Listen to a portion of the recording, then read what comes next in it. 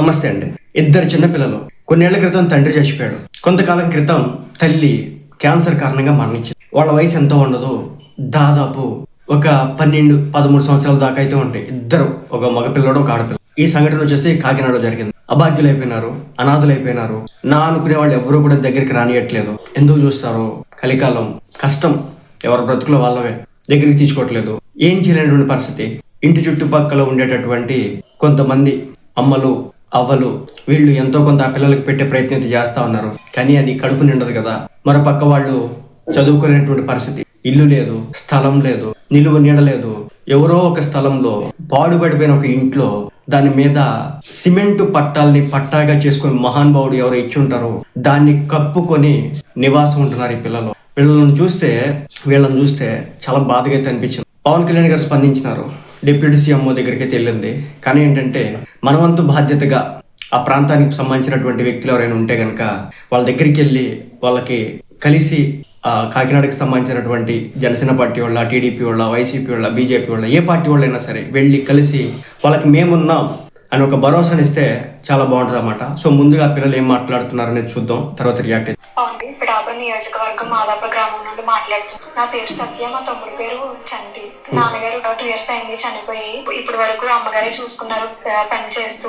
ఆ తమ్ముడిని నన్ను కూడా చదివిస్తూ. నెల క్రితం అమ్మగారు హాస్పిటల్లో చనిపోయారు, కాకినాడ పెద్ద హాస్పిటల్లో. క్యాన్సర్ వచ్చి, లంగ్ క్యాన్సర్ వచ్చి. ప్రెసెంట్ అయితే ఇప్పుడు తమ్ముడు మీరు మాత్రమే ఉన్నాము. అమ్మ నాన్న ఎవరు లేరు. అమ్మమ్మ తరపు నుంచి, నాన్న వాళ్ళ సైడ్ నుంచి కూడా ఎవరు పట్టించుకోవట్లేదు, ఎవరు కూడా లేరు. ఈ ఇల్లు కూడా మాది కాదు.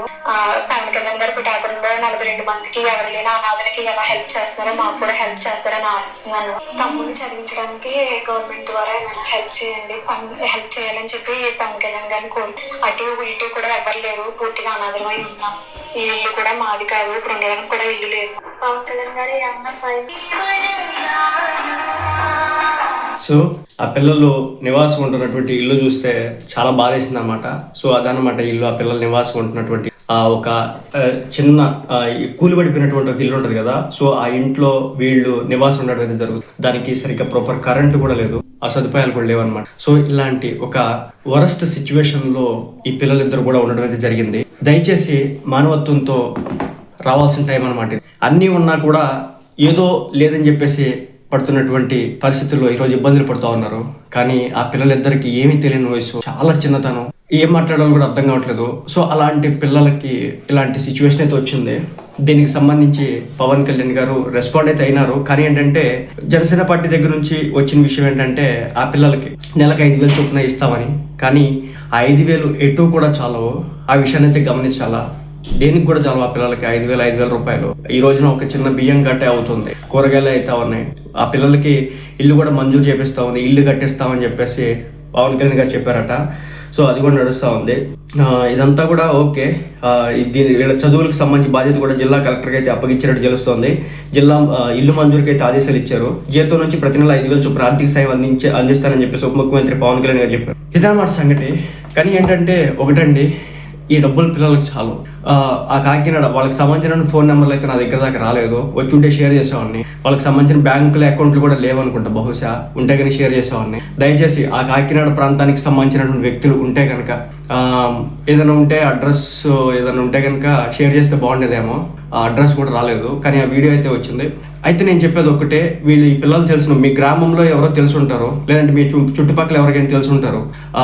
ఆ పిల్లలకి సంబంధించి కొంచెం అప్పుడప్పుడు ఆదరణ తీసుకోవడం, వాళ్ళకి సంబంధించినటువంటి డేటా కనుక మనం ప్రొవైడ్ చేస్తే కనుక వాళ్ళ ఫోన్ నెంబర్స్ కావచ్చు, లేదంటే బ్యాంక్ నెంబర్స్ కావచ్చు అని చెప్తే కనుక దాన్ని మనం పెట్టేటోళ్ళం. సరే ఏదైనప్పటికీ కూడా వాళ్ళకి దగ్గరగా చుట్టుపక్కల ఉండేటటువంటి వ్యక్తులు, ఆల్రెడీ ఇది జనసేన పార్టీ నోటీస్లోకి వచ్చింది కాబట్టి మిగిలిన పార్టీలో కూడా కొంతమేర రెస్పాండ్ అయ్యి ఆ పిల్లల్ని ఆదుకుంటే బాగుంటుందేమో. దయచేసి ఆ విధంగా ముందుకెళ్దాం. ఇంకొక విషయం ఏంటంటే వీళ్ళకి సంబంధించినటువంటి బాధ్యతలు కూడా మరి ఇక ప్రభుత్వం తీసుకుంటారని చెప్పిందట. 100% నేను చెప్పలేను, కానీ జిల్లా కలెక్టర్ గారికి పవన్ కళ్యాణ్ గారు చెప్పారట.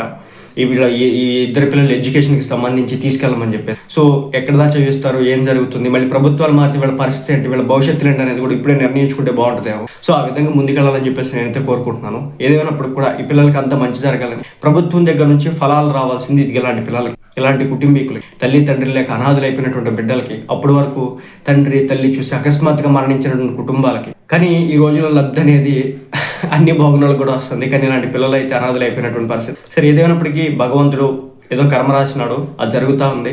కానీ మనవంతుగా ఆ ప్రాంతంలో ఉండేటటువంటి ప్రజలు ఎవరైతే ఉన్నారో వాళ్ళని ఆదుకునే ప్రయత్నం అయితే చేయండి. డీటెయిల్స్ వస్తే నేను షేర్ చేస్తాను, వాళ్ళకి సంబంధించి ఫోన్ నెంబర్లు కావచ్చు, లేదంటే కనుక బ్యాంక్ డీటెయిల్స్ కావచ్చు. సో అదనమాట. మొత్తానికైతే ఇది చాలా బాధాకరమైన విషయం. కానీ పవన్ కళ్యాణ్ గారు ఏదో ఒక నిర్ణయం తీసుకున్నారు కాబట్టి మంచిగా జరుగుతుందనే ఆశ అయితే నాలో అయితే ఉంది. ఇది రాజకీయాలకు అతీతంగా చూద్దాం ఇలాంటి విషయాల్లో, ఎందుకంటే ఏదో ప్రభుత్వానికి సంబంధించి పాలసీలకు సంబంధించి అంటే అది వేరే లెక్క. కానీ ఇది వచ్చేసి రాజకీయాలకు అతీతంగా చూడాల్సినటువంటి అంశం కాబట్టి ప్రతి ఒక్కరు కూడా మీ ప్రాంతంలో ఈ పిల్లల్ని, ఇలాంటి పిల్లలు ఎవరైనా సరే తల్లిదండ్రులు లేనటువంటి పిల్లల్ని ఆదుకునే ప్రయత్నం మేమంతా చేస్తే కనుక చాలా బాగుంటుంది.